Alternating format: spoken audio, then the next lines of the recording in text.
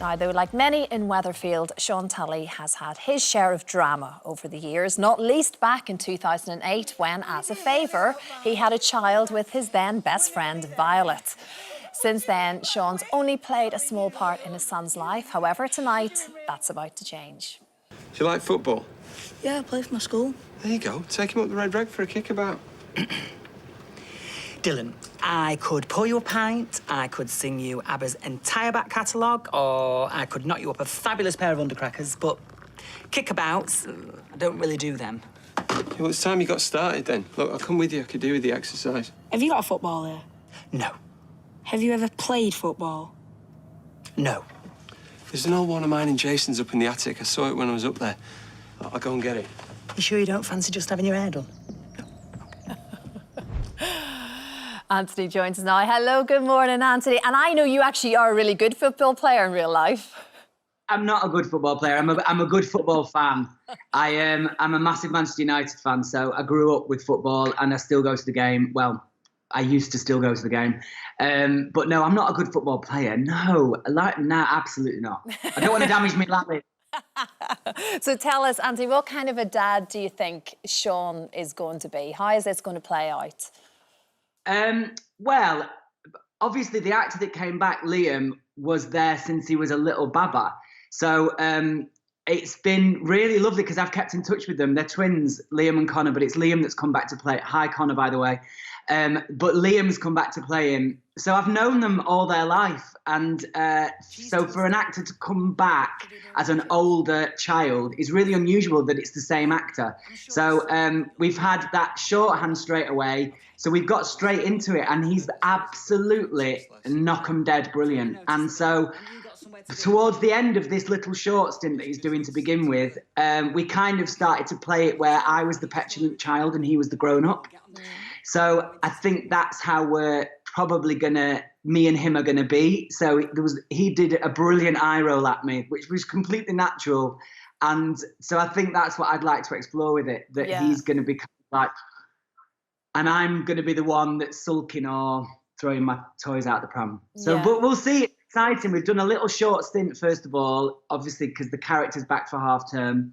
And then he goes away again, then he's going to come back and do another little short stint and then come back full time. So it's very, very, very exciting. And I'm just thrilled that it's Liam, that it's the same lad that I worked with when he was 3 years old. I know, because as you say, it's very unusual. It's a really nice touch, actually. I mean, look at him there. He's like, oh my Lord, wow. So that's him right there. And now he's this, grown-up, tall, almost tall as me, handsome, young teenager. And he's a brilliant actor. And I'm not just saying that. I would have to say that even if he wasn't. But he is brilliant. He's had a great career since Weatherfield. He's been and done The Bay. He's been and done Last Tango in Halifax. So he's a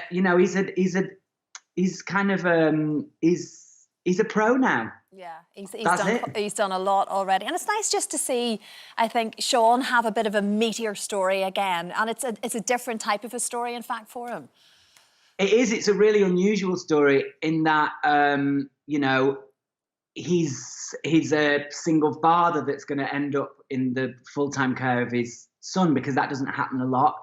With the work that I do with the military, I happen to speak to a lot of young men that are separated from their partners, and the difficulties that brings with trying to have access to a child, but let alone to be the full-time carer. So it's going to be really, really interesting. And obviously the dynamic of Sean being the way Sean is, because Sean is sometimes himself like a child. So it's going to be really interesting to see how this story plays out. But by the time he leaves this short stint, they've kind of found their feet and got the measure of each other. So I think it's I'm really, really looking forward to it. I'm really lucky.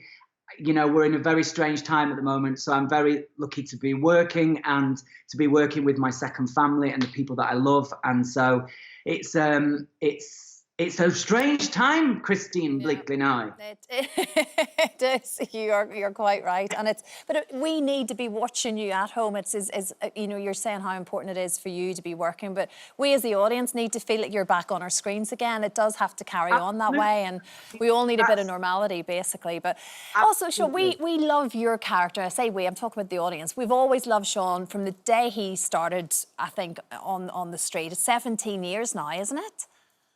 It's 17 years and I'm in my 18th year now, yeah, from July. So. Yeah, and the character started off not quite knowing where it was going to go, really. I think you were the first to admit that, and indeed the writers. I mean, they thought you were great, but we didn't quite know where he was going to go, and here we are 18 years later.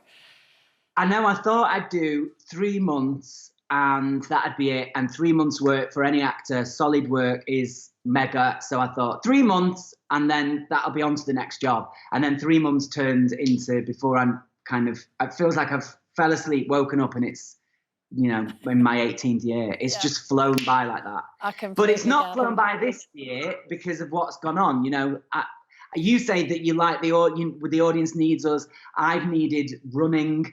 I don't know where that came from. I've become a runner. And so, but I know what you mean. Like, that's what, telling people to retrain and do other jobs. Well, what would we do without television? Yeah. You know, that's literally the one thing that's kept everybody going. But, you know, but whether that's news, whether that's documentaries or dramas or whatever, we've needed television. We've needed creatives to put, you know, stories onto television. So I'm really grateful and lucky to have been back in work since July. Sure, you talk about running. Have you been skating at all? I haven't been skating. Running, well, we can talk, oh my Lord.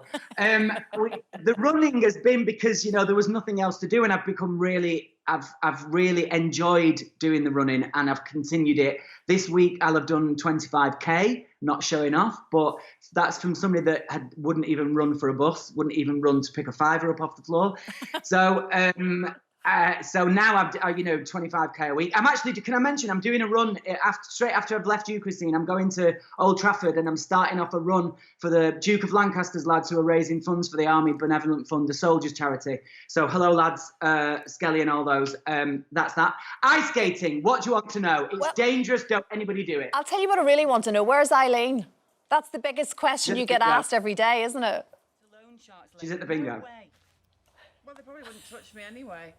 Oh, it did get. I can't hear this, whatever this is. Oh, don't worry, no, it's just you and your beloved Eileen, that's all. Oh, I've got a massive head there. That's an old clip.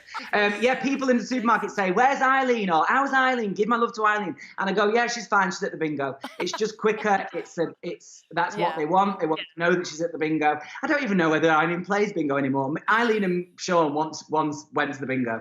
So I just say she's at the bingo. She's fine. I'll give her your love. That's all we need to hear from you. I love that, you know, that thing that we have with the public where it's a shorthand where somebody says, oh, hello, oh, you're Eileen, you know, and they just kind of go on with it as if it's because we believe everything. We want to, that's why. Anthony, thank you. We've run out of time. You know I could chat all day to you, and I can't, unfortunately. I'm looking forward to see how this develops.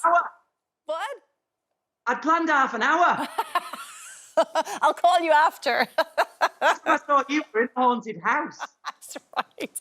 We have a lot to catch up on. Right, we'll do it after this. Thank you so much, Antony. See you soon. Don't forget, you can watch full episodes of Lorraine on the ITV Hub and all the best clips, compilations and playlists right here on our channel. Just subscribe now and you'll never miss an upload. Click here to watch another video similar to this one, or click here to head to our channel's homepage to explore all of our exciting videos.